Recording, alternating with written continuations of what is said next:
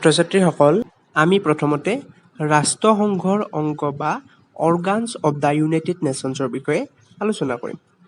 ৰাষ্ট্ৰসংঘৰ চনদৰ ৭ নং অনুচ্ছেদত ৰাষ্ট্ৰসংঘৰ প্ৰধান অংগকেইটাৰ বিষয়ে উল্লেখ কৰা আছে। এই অনুচ্ছেদত উল্লেখ কৰা মতে সাধাৰণ সভা, নিৰাপত্তা পৰিষদ, অৰ্থনৈতিক আৰু সামাজিক পৰিষদ, ন্যায়ৰক্ষী পৰিষদ, আন্তঃৰাষ্ট্ৰীয় আদালত আৰু সচিবালয়।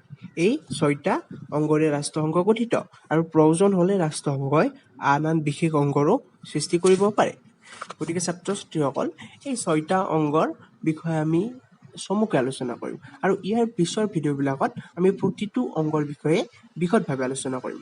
আজি আমি সাধাৰণ সভাৰ বিষয়ে বিশদভাৱে আলোচনা কৰিম আৰু বাকীকেইটা অংগৰ বিষয়ে আমি চমুকৈ আলোচনা কৰিম।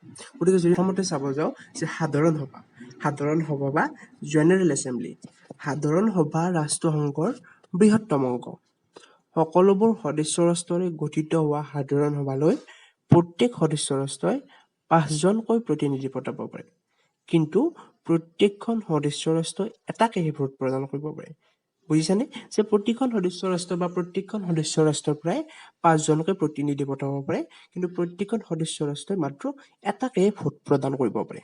আৰু সাধাৰণ সভাৰ অধিৱেশন বছৰেকত এবাৰহে বহে। আকাৰত বৃহৎ হোৱা বাবে কেইবাখনো কমিটিৰ জৰিয়তে সাধাৰণ সভাই কাৰ্যসমূহ পৰিচালনা কৰে। যদি আমি ইয়াৰ পিছতে নিৰাপত্তা পৰিষদৰ বিষয়ে চমুকৈ আলোচনা কৰিবলৈ যাওঁ, নিৰাপত্তা পৰিষদ বা ছিকিউৰিটি কাউন্সিল, ৰাষ্ট্ৰসংঘৰ অতি গুৰুত্বপূৰ্ণ অংগটোৱে হ'ল নিৰাপত্তা পৰিষদ বা ছিকিউৰিটি কাউন্সিল। এই ৰাষ্ট্ৰসংঘ গঠন হোৱাৰ সময়ত নিৰাপত্তা পৰিষদৰ স্থায়ী সদস্যৰ সংখ্যা আছিল ৫জন আৰু অস্থায়ী সদস্যৰ সংখ্যা আছিল ৬জন। ১৯৬৩ চনত ৰাষ্ট্ৰসংঘৰ চনদৰ ২৩ নং অনুচ্ছেদৰ সংশোধন কৰি অস্থায়ী সদস্যৰ সংখ্যা ১০জনলৈ বৃদ্ধি কৰা হয়। নিৰাপত্তা পৰিষদৰ অস্থায়ী সদস্যসকলক সাধাৰণ সভাই নিৰ্বাচিত কৰে। বুজি পাইছানে? যে নিৰাপত্তা পৰিষদৰ যিবিলাক অস্থায়ী সদস্য আছে, এই অস্থায়ী সদস্যসকলক সাধাৰণ সভাই বা জেনেৰেল এছেম্বলিয়ে নিৰ্বাচিত কৰে। এই স্থায়ী সদস্য ৰাষ্ট্ৰ, যদি আমি চাওঁ যে স্থায়ী সদস্য ৰাষ্ট্ৰখনৰ নাম কি, যে স্থায়ী সদস্য ৰাষ্ট্ৰখনৰ নাম হৈছে আমেৰিকা বা আমেৰিকা যুক্তৰাষ্ট্ৰ বা গ্ৰেট ব্ৰিটেইন, ফ্ৰান্স, ৰাছিয়া আৰু চীন। যদি কোনো গুৰুত্বপূৰ্ণ বিষয়ত সিদ্ধান্ত ল'বলৈ হয়, তেতিয়াহ'লে এই স্থায়ী যি ৫জন সদস্য আছে তাৰ লগত মুঠ ৯জন সদস্যৰ সন্মতি থাকিব লাগিব আৰু স্থায়ী সদস্যসকলৰ ভেটো প্ৰয়োগৰ ক্ষমতা থাকে। আৰু সেইবাবে কোনো বিষয়ত স্থায়ী সদস্যই ভেটো দিলেহে সিদ্ধান্ত গ্ৰহণ কৰা নহয়। বুজি পাইছানে? যিহেতু স্থায়ী সদস্য ৰাষ্ট্ৰসকলৰ ভেটো প্ৰয়োগৰ ক্ষমতা থাকে, সেই স্থায়ী সদস্য ৰাষ্ট্ৰই যদি ভেটো দিয়ে তেতিয়াহ'লে সিদ্ধান্ত গ্ৰহণ কৰিব নোৱাৰে। যদি আমি ইয়াৰ পিছতে চাওঁ যে অৰ্থনৈতিক আৰু সামাজিক পৰিষদ বা ইকনমিক এণ্ড ছ'চিয়েল কাউন্সিল। ৰাষ্ট্ৰসংঘৰ গঠিত হোৱা সময়ত এই পৰিষদৰ সদস্য সংখ্যা আছিল ১৮জন। যেতিয়া ৰাষ্ট্ৰসংঘ গঠন কৰা হৈছিল, তেতিয়া অৰ্থনৈতিক আৰু সামাজিক পৰিষদৰ সদস্যৰ সংখ্যা আছিল ১৮জন আৰু ১৯৬৫ চনত ইয়াৰ সদস্যৰ সংখ্যা হৈ গৈ ২৭জন। অৰ্থাৎ ২৭জনলৈ ইয়াৰ সদস্যৰ সংখ্যা বৃদ্ধি কৰা হয় আৰু ১৯৭৩ চনত এই সংখ্যা ৫৪জনলৈ বৃদ্ধি কৰা হয়। ৩ বছৰীয়া কাৰ্যকালৰ বাবে ইয়াৰ সদস্যসকলক সাধাৰণ সভাই নিৰ্বাচিত কৰে। ৰাষ্ট্ৰসংঘৰ চনদৰ ৫৫ নং অনুচ্ছেদ মতে গঠিত হোৱা এই পৰিষদে আন্তঃৰাষ্ট্ৰীয় অৰ্থনৈতিক, সামাজিক, সাংস্কৃতিক, শিক্ষা, স্বাস্থ্য আৰু আনুষংগিক এনে সমস্যা সমাধানৰ বাবে কাৰ্যনিৰ্বাহ কৰে। বুজি পাইছা? উপৰোক্ত এই যিবিলাক বিষয়বিলাক চোৱা চিতা কৰি পৰিষদে সাধাৰণ সভালৈ প্ৰতিবেদন আৰু পৰামৰ্শ পঠাব পাৰে। যদি আমি ইয়াৰ পিছতে চাওঁ যে ন্যায়ৰক্ষী পৰিষদ বা ট্ৰাষ্টিশ্বিপ কাউন্সিল। তাত ৰাষ্ট্ৰসংঘৰ চনদৰ ৭৬ নং অনুচ্ছেদত ন্যায়ৰক্ষী পৰিষদৰ কথা উল্লেখ আছে। ন্যায়ৰক্ষী পৰিষদৰ অন্তৰ্ভুক্ত দেশবিলাকৰ জনসাধাৰণক অৰ্থনৈতিক, ৰাজনৈতিক আৰু সামাজিক আৰু শিক্ষাৰ ক্ষেত্ৰত আগবঢ়াই স্বাধীনতা লাভৰ বাবে উপযুক্ত কৰি তোলাৰ বাবে এই পৰিষদ গঠন কৰা হৈছিল। ন্যায়ৰক্ষী পৰিষদ ৩ ধৰণৰ সদস্যৰে গঠিত। প্ৰথমতে, ন্যায় অঞ্চলৰ পৰিচালনা কৰা ৰাষ্ট্ৰসমূহ। দ্বিতীয়তে, ন্যায় অঞ্চলৰ দায়িত্বত নথকা নিৰাপত্তা পৰিষদৰ স্থায়ী সদস্যসকল। আৰু তৃতীয়তে, সাধাৰণ সভাই ৩ বছৰৰ বাবে নিৰ্বাচিত কৰি দিয়া সদস্যসকল। ইয়াৰ পিছতে আমি আন্তৰ্জাতিক ন্যায়ালয় বা ইণ্টাৰনেশ্যনেল কোৰ্ট অফ জাষ্টিছৰ বিষয়ে আলোচনা কৰিম। ৰাষ্ট্ৰসংঘৰ ন্যায়িক অংগটোৱে হ'ল আন্তৰ্জাতিক ন্যায়ালয় বা ইণ্টাৰনেশ্যনেল কোৰ্ট অফ জাষ্টিছ। এই আন্তৰ্জাতিক ন্যায়ালয় হ'ল ৰাষ্ট্ৰসংঘৰ এটা গুৰুত্বপূৰ্ণ অংগ। মুঠ 15জন ন্যায়াধীশৰ দ্বাৰা গঠিত এই আন্তৰ্জাতিক ন্যায়ালয়। ৰাষ্ট্ৰসংঘৰ সকলো সদস্য ৰাষ্ট্ৰই এই আদালতৰ সদস্য। এই ন্যায়ালয়ৰ প্ৰধান কাম হৈছে ৰাষ্ট্ৰসমূহে উত্থাপন কৰা গোচৰসমূহ নিষ্পত্তি কৰা। এই আদালতে দিয়া ৰায় বিবাদমান ৰাষ্ট্ৰই মানিবলৈ বাধ্য। ইয়াৰ পিছতে আমি সচিবালয় বা ছেক্ৰেটেৰিয়েটৰ বিষয়ে আলোচনা কৰিম। সচিব ৰাষ্ট্ৰসংঘৰ প্ৰাণকেন্দ্ৰস্বৰূপ। ই সচিব প্ৰধান আৰু অন্যান্য কৰ্মচাৰীৰে গঠিত। এই সচিবালয়ে ৰাষ্ট্ৰসংঘৰ সকলো সিদ্ধান্ত ৰূপায়িত কৰে। ৰাষ্ট্ৰসংঘৰ চনদৰ 97 নং অনুচ্ছেদ মতে নিৰাপত্তা পৰিষদৰ অনুমোদনক্ৰমে সাধাৰণ সভাই সচিব প্ৰধানক নিয়োগ কৰে। এই সচিব প্ৰধানজন নিয়োগৰ ক্ষেত্ৰত নিৰাপত্তা পৰিষদৰ স্থায়ী সদস্য ৰাষ্ট্ৰৰ ভূমিকা অতি গুৰুত্বপূৰ্ণ। সচিব প্ৰধানৰ কাৰ্যকাল 5 বছৰ। তেওঁ পুনৰ নিৰ্বাচিতও হ'ব পাৰে। ছাত্ৰ-ছাত্ৰীসকল, ৰাষ্ট্ৰসংঘৰ অংগসমূহৰ বিষয়ে আমি চমুকৈ আলোচনা কৰিলোঁ। এতিয়া আমি ৰাষ্ট্ৰসংঘৰ আটাইতকৈ ডাঙৰ অংগ বা বৃহত্তম অংগ সাধাৰণ সভাৰ বিষয়ে বিশদভাৱে আলোচনা কৰিম আৰু ইয়াৰ পিছৰ পৰ্যায়ৰ ভিডিঅ'বিলাকত আমি নিৰাপত্তা পৰিষদ বা অন্যান্য যিবিলাক অংগ আছে সেইবিলাকৰ বিষয়ে বিশদভাৱে আলোচনা কৰিম। আজি আমি সাধাৰণ সভাৰ বিষয়ে বিশদভাৱে আলোচনা কৰিম।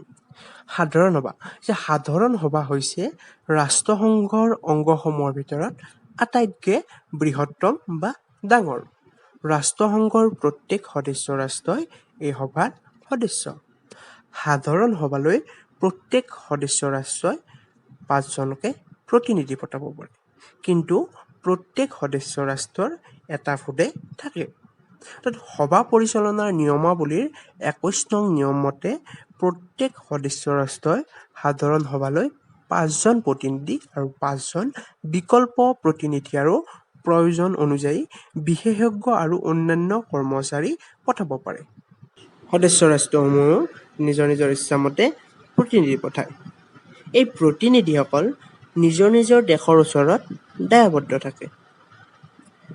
সাধাৰণ সভাৰ সদস্য সংখ্যা বেছি হোৱাৰ কাৰণে এই সভাৰ সকলো বিষয়তে প্ৰয়োজনমতে মনোযোগ দিব নোৱাৰে আৰু সেয়েহে বিধানমণ্ডলসমূহত কমিটিৰ ব্যৱস্থা থকাৰ নিচিনাকৈ সাধাৰণ সভায়ো কমিটিৰ জৰিয়তে ইয়াৰ কাম-কাজ সম্পাদন কৰে।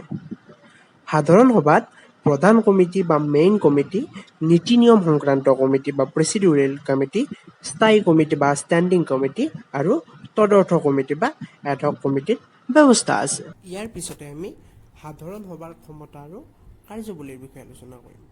যদি আমি সাধাৰণ সভাৰ ক্ষমতা আৰু কাৰ্যৱলীৰ বিষয়ে আলোচনা কৰিবলৈ যাওঁ, তেতিয়াহ'লে প্ৰথমতে আমি সাধাৰণ সভাৰ কাৰ্যৱলীসমূহ যেনে আলোচনা কৰা আৰু পৰামৰ্শ দিয়া ক্ষমতা বা ডেলিবাৰেশ্যন এণ্ড ৰিকমেণ্ডেশ্যনছ।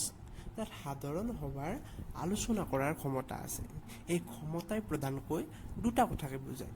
প্ৰথমতে, কোনো বিষয়ৰ ওপৰত আলোচনা হোৱাৰ সময়ত আলোচনাৰ বিষয়ৰ ওপৰত প্ৰয়োজনীয় তথ্য পাতি সংগ্ৰহ কৰা বুজায়। আৰু দ্বিতীয়তে, এই আলোচনাৰ ফলত কোনো ধৰণৰ পৰামৰ্শ আগবঢ়োৱা বুজায়। সেয়েহে আন্তঃৰাষ্ট্ৰীয় শান্তি আৰু নিৰাপত্তা প্ৰতিষ্ঠাৰ কাৰণে সাধাৰণ সভাই প্ৰয়োজনীয় পৰামৰ্শ আগবঢ়াব পাৰে। অৱশ্যে সাধাৰণ সভাৰ এই পৰামৰ্শ বাধ্যতামূলক নহয়।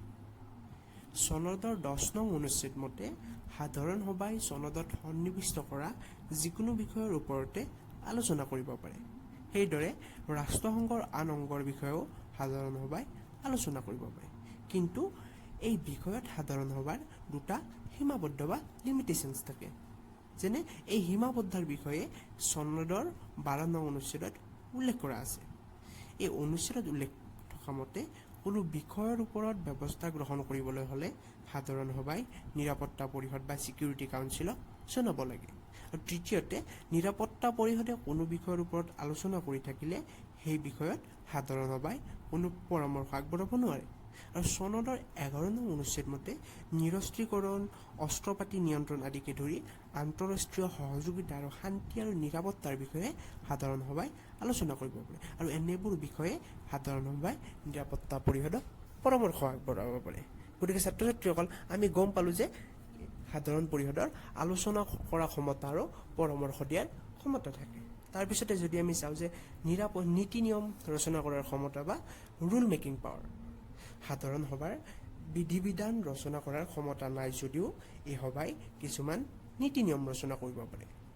সাধাৰণ সভাই যিবোৰ পৰামৰ্শ আগবঢ়ায় সদস্য ৰাষ্ট্ৰসমূহে সেই পৰামৰ্শসমূহ গ্ৰহণ কৰিলে সেইবোৰ নীতি নিয়মৰ মৰ্যাদা পায়। নিৰস্ত্ৰীকৰণ, অস্ত্ৰপাতি নিয়ন্ত্ৰণ, মানৱ অধিকাৰ ৰক্ষা কৰা আদি বিষয়ৰ ওপৰত সাধাৰণ সভাই কিছুমান নীতি নিয়ম ৰচনা কৰিব পাৰে। যদি তাৰপিছতে আমি চাবলৈ যাওঁ যে পৰ্যবেক্ষণৰ ক্ষমতা বা ছুপাৰভাইজৰী ফাংচনছ, অৰ্থাৎ সাধাৰণ সভাৰ পৰ্যবেক্ষণৰ ক্ষমতাও থাকে। ৰাষ্ট্ৰসংঘৰ আন কাম কাজ সাধাৰণ সভাই পৰ্যবেক্ষণ কৰিব পাৰে। নিৰাপত্তা পৰিষদ, অৰ্থনৈতিক আৰু সামাজিক পৰিষদ, ন্যায়ৰক্ষী পৰিষদ আদিয়ে নিজৰ নিজৰ কাম কাজৰ অগ্ৰগতিৰ বিষয়ে সাধাৰণ সভাত প্ৰতিবেদন দাখিল কৰিব লাগে। সচিবালয়ৰ কৰ্মচাৰী নিয়োগৰ বিষয়তো সাধাৰণ সভাই কিছুমান নীতি নিয়মৰ সৃষ্টি কৰিব পাৰে। আন্তঃৰাষ্ট্ৰীয় শান্তি আৰু নিৰাপত্তা প্ৰতিষ্ঠা কৰাৰ বিষয়ে নিৰাপত্তা পৰিষদে কোনো ধৰণৰ ব্যৱস্থা গ্ৰহণ কৰিছে সেই বিষয়েও সাধাৰণ সভা জনাব লাগে। যদি আমি ইয়াৰ পিছতে চাওঁ যে ৰাজনৈতিক ক্ষমতা, পলিটিকেল পাৱাৰ্ছ, আন্তঃৰাষ্ট্ৰীয় শান্তি আৰু নিৰাপত্তা ব্যাহত কৰিব পৰা কোনো বিষয়ৰ ওপৰত যদি নিৰাপত্তা পৰিষদৰ স্থায়ী সদস্য ভেটো প্ৰয়োগৰ ফলত কোনো ধৰণৰ সিদ্ধান্ত গ্ৰহণ কৰিব পৰা নাযায়, তেতিয়াহ'লে শান্তিৰ কাৰণে বা ঐক্য প্ৰস্তাৱৰ জৰিয়তে তেনে বিষয়ৰ ওপৰত সাধাৰণ সভাই আলোচনা কৰিব পাৰে। সাধাৰণ সভাই তেনে বিষয়ৰ ওপৰত আলোচনা কৰি সদস্য ৰাষ্ট্ৰসমূহক পৰামৰ্শ দিব পাৰে। অৱশ্যে সেই পৰামৰ্শ বাধ্যতামূলক নহয়, তথাপি সদস্য ৰাষ্ট্ৰসমূহে তেনে পৰামৰ্শ গুৰুত্ব সহকাৰে বিবেচনা কৰিব পাৰে। ইয়াৰ পিছতে আমি অৰ্থনৈতিক ক্ষমতা বা ফাইনেন্সিয়েল ফাংচনৰ বিষয়ে আলোচনা কৰিম। সাধাৰণ সভাৰ ৰাষ্ট্ৰসংঘৰ বাজেট অনুমোদন কৰাৰ ক্ষমতা আছে। সচিব প্ৰধানৰ তত্ত্বাৱধানত বাজেট প্ৰস্তুত কৰি সাধাৰণ সভাৰ অনুমোদনৰ কাৰণে দাখিল কৰা হয়। সদস্য ৰাষ্ট্ৰসমূহে ৰাষ্ট্ৰসংঘলৈ কিমান পৰিমাণৰ বৰঙণি আগবঢ়াব লাগিব সেই বিষয়েও সাধাৰণ সভাই সিদ্ধান্ত গ্ৰহণ কৰে। আৰু এনে সিদ্ধান্ত গ্ৰহণৰ সময়ত সদস্য ৰাষ্ট্ৰসমূহৰ অৰ্থনৈতিক অৱস্থাৰ ওপৰত দৃষ্টি নিবদ্ধ হয় বা দৃষ্টি ৰখা হয়। ৰাষ্ট্ৰসংঘৰ বিভিন্ন অংগসমূহৰ বাজেটো সাধাৰণ সভাই অনুমোদন কৰে। এই ক্ষমতাৰ জৰিয়তে সাধাৰণ সভাই বিভিন্ন অংগৰ ওপৰত প্ৰভাৱ বিস্তাৰ কৰাৰ সুবিধা পায়। ইয়াৰ পিছতে আমি নিৰ্বাচন সংক্ৰান্ত ক্ষমতা বা ইলেক্টৰেল ফাংচনৰ বিষয়ে আলোচনা কৰিম। যে সাধাৰণ সভাৰ নিৰ্বাচন সংক্ৰান্ত ক্ষমতাও আছে। নিৰাপত্তা পৰিষদৰ অনুমোদন ক্ৰমে সাধাৰণ সভাই কোনো ৰাষ্ট্ৰক ৰাষ্ট্ৰসংঘৰ সদস্যভুক্ত কৰিব পাৰে। নিৰাপত্তা পৰিষদৰ অনুমোদন ক্ৰমে চনদৰ নীতি উলংঘন কৰাৰ অপৰাধত কোনো সদস্য ৰাষ্ট্ৰক ৰাষ্ট্ৰসংঘৰ পৰা বহিষ্কাৰ কৰিব পাৰে। বা নিৰাপত্তা পৰিষদৰ অস্থায়ী সদস্যসকলৰ নিৰ্বাচনৰ দায়িত্বও সাধাৰণ সভাৰ। অৰ্থনৈতিক আৰু সামাজিক পৰিষদৰ সকলো সদস্য বা সদস্যসকলকো সাধাৰণ সভাই নিৰ্বাচিত কৰে। সেইদৰে ন্যায়ৰক্ষী পৰিষদৰ কেইজনমান সদস্যকো সাধাৰণ সভাই নিৰ্বাচিত কৰে। বা আন্তঃৰাষ্ট্ৰীয় আদালতৰ বিচাৰপতিসকলৰ নিৰ্বাচনৰ দায়িত্বও সাধাৰণ সভাৰ। এই বিষয়ত নিৰাপত্তা পৰিষদৰো দায়িত্ব আছে। যদি আমি ইয়াৰ পিছতে চাব যে ৰাষ্ট্ৰসংঘৰ চনদ সংশোধন বা এমেণ্ডমেণ্ট অৱ দ্য চাৰ্টাৰ, তাত ৰাষ্ট্ৰসংঘৰ চনদ সংশোধন কৰাৰ দায়িত্বও সাধাৰণ সভাৰ। ৰাষ্ট্ৰসংঘৰ চনদৰ ৮৮ অধ্যায়ত ইয়াৰ সংশোধন পদ্ধতিৰ বিষয়ে উল্লেখ কৰা আছে। চনদৰ কোনো অনুচ্ছেদ সংশোধনৰ মুঠ সদস্যৰ ২/৩ অংশ সদস্যৰ সমৰ্থনৰ প্ৰয়োজন।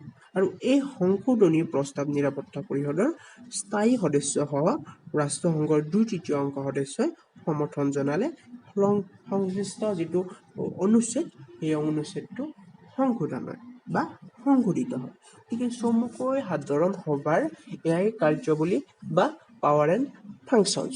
গতিকে ছাত্ৰ ছাত্ৰীসকল নিশ্চয়কৈ তোমালোকে ইয়াৰ ওপৰত যদি দীঘল প্ৰশ্নৰ উত্তৰ আহে তেতিয়া ইয়াৰ পৰা কৰিব পাৰিবা। আমি ইয়াৰ পিছৰ ভিডিঅ'ত নিৰাপত্তা পৰিষদ বা ছিকিউৰিটি কাউন্সিলৰ বিষয়ে বিশদভাৱে আলোচনা কৰিম।